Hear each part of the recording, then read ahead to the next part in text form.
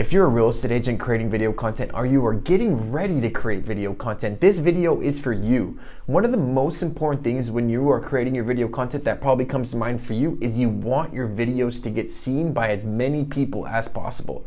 But this is unfortunately where I see the biggest downfall for realtors of why their videos don't actually get seen, is because they fail to put a plan together to how to properly distribute that video so it can get seen by people in their farm, their SOI, and new potential people that would want to do business with you. So what I'm going to show you in this video is I'm going to give you 6 effective tips that I guarantee you are going to help you get more views on all your videos to create and build more relationships, create more opportunities, and ultimately help you have more conversations with people in your database, in your farming areas, and in your SOI. And we all know what more conversations mean in this business. More money.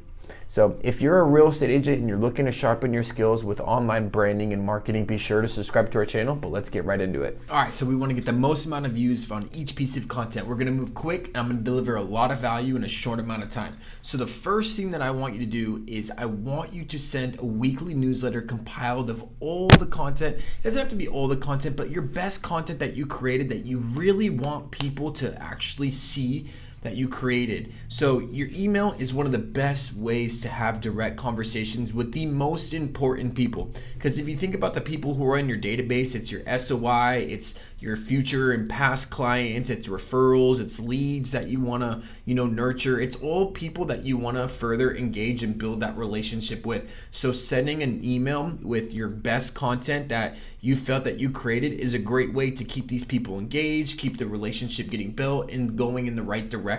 So I included an example that you can see that we'll kind of slide through right now.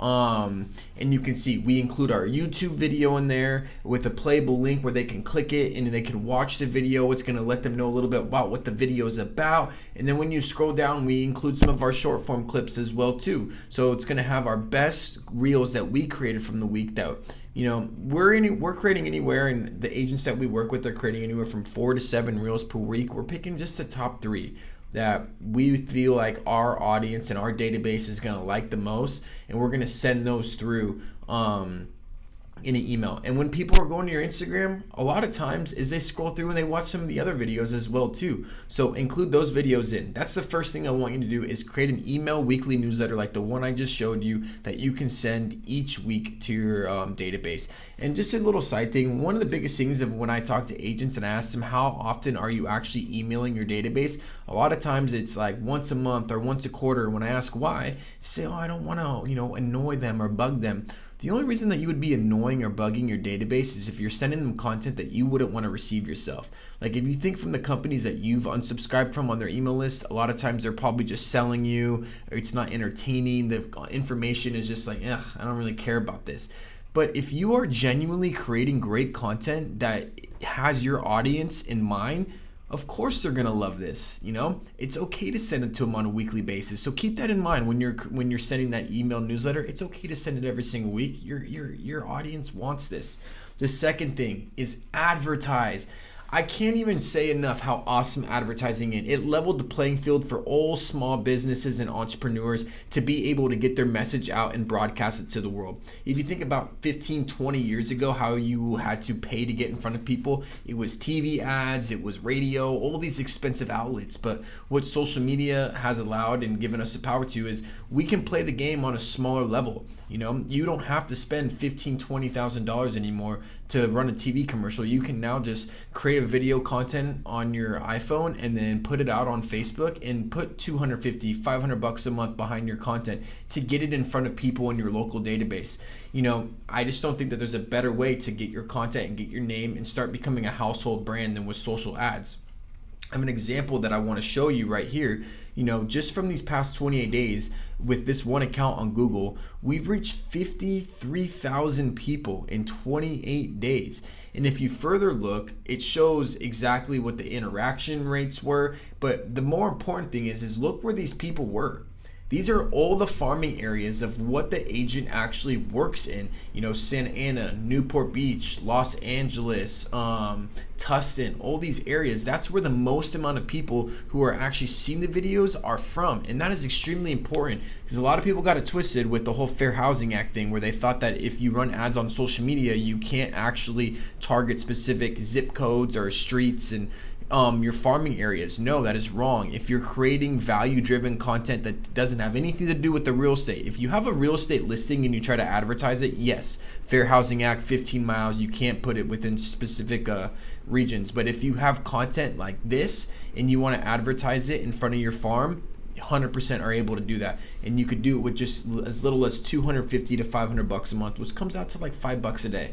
You can manage a Starbucks coffee every single day to make sure that your content is getting its maximum amount of reach. And the cool thing that I love about advertising with content is it gives you deeper insights into your actual content, because then you can go back and say, hey, well, what was the content from all that we advertised that did really well, and what's the content that did really bad? And then you can start to say, well, this one did good here on this platform and organic. Why did it do that? And how can we create pieces that iterate off of this? And then this one did bad. What was it that did bad? Was it the hook? How do we keep people engaged? We noticed at the 11-second mark, everyone was dropping off. And so it gives you more insights into how you can create your content better, because it's getting in front of more people, so you get more data back to yourself.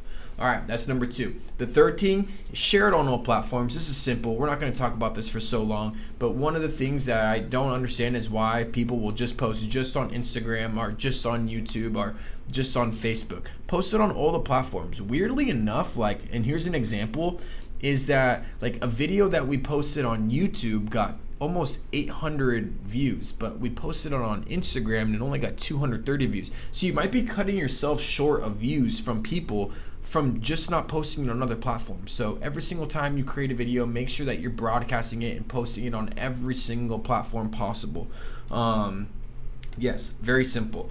Next thing is turn it into a blog. Jason Pantana does a great job of this, and if you've watched some of his content, you've probably heard them talk about this. So if you create the video, you could use some cool things like artificial intelligence or someone from Fiverr and have them transcribe that video into a blog that is created for your website.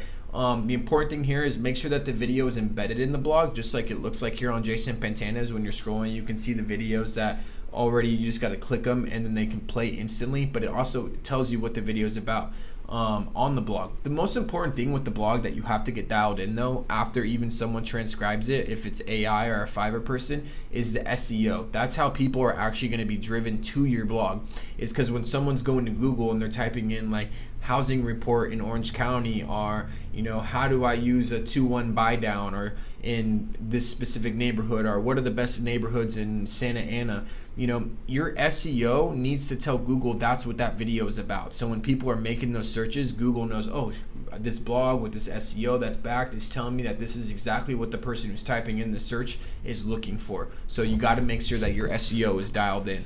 All right, number 4. If you're creating a long form video exactly like this one that I'm creating, you're gonna have so many great sound bites in there. Let's say your video is 10 minutes long.